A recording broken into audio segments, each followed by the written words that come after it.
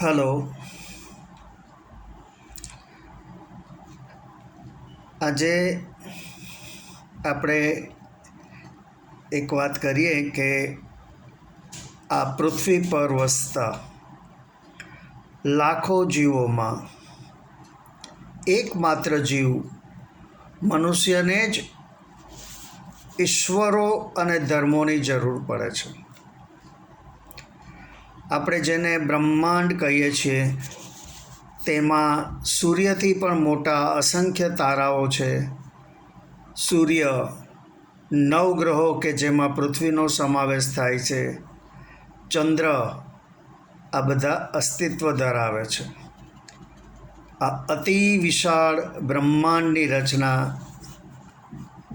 સ્વયંભૂ થઈ હશે કે તેને રચનાર કોઈ નિર્માતા નિર્દેશક હશે? આની કોઈ માહિતી માનવજાત પાસે નથી. આનું સંચાલન ક્યાંથી થતું હશે અને કોણ કરતું હશે તે જાણવા માનવજાત સમર્થ નથી. માત્ર કલ્પનાઓ અને તર્કો દ્વારા મનુષ્યોએ જાત જાતના ખ્યાલો બનાવ્યા. મનુષ્યોએ જ આ સૃષ્ટિના રચયિતાને મનુષ્યનું સ્વરૂપ આપી ઈશ્વરો અને ધર્મોની રચના કરી.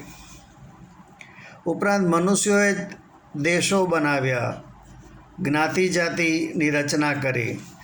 આમ મનુષ્યોએ માનવજાતના ભાગલા પાડ્યા અને પછી એકબીજા સાથે ધર્મયુદ્ધ કરી લડવાની શરૂઆત કરી. યુગોથી જે કહેવાતા ધર્માધિકારીઓ છે તે પ્રજાને ધર્મ જનૂન ચડાવી ઈશ્વરના નામે ઉશ્કેરી અંધશ્રદ્ધામાં ડૂબાડી રાખવાની પ્રવૃત્તિમાં વ્યસ્ત છે. અને અંધભક્તો પણ મગજનો ઉપયોગ કર્યા વગર ગાડરિયા પ્રવાહમાં આંધળી દોટ મૂકે છે. કુંભ મેળામાં 66 કરોડ લોકોએ કડકડતી ઠંડીમાં ત્રિવેણી સંગમમાં ડૂબકી લગાવી પોતાના પાપ ધોયા. તો સવાલ એ થાય છે કે પાપનો આ ગંજાવર જથ્થો ક્યાં ગયો હશે? સમુદ્રમાં? દરેક વ્યક્તિ દ્રઢપણે એમ માને છે કે હું જેને ઈષ્ટદેવ ગણું છું એ જ આ જગતનો તાત છે. એણે જ આ બ્રહ્માંડ બનાવ્યું છે અને એ જ જગત ચલાવે છે. બાકી બધા નક્કામાં. ઈષ્ટદેવને ખુશામત ગમે છે માટે તેમની મહાનતાના ગુણગાન સતત ગાયા કરવાથી તે પ્રસન્ન થાય છે. એવા બ્રહ્મા લોકો જીવે છે. આ બ્રહ્માંડમાં મનુષ્યની વિસાત કેટલી છે? એક સૂક્ષ્મ વાયરસ જેટલી જ છે. જો પાગલ મનુષ્ય અણુબોમ્બથી આ પૃથ્વીનો નાશ કરી દે તો બ્રહ્માંડમાં તેની કોઈ અસર ન થાય, કારણ કે પૃથ્વી તો સૂર્યમાંથી છૂટો પડેલો એક ટુકડો જ છે.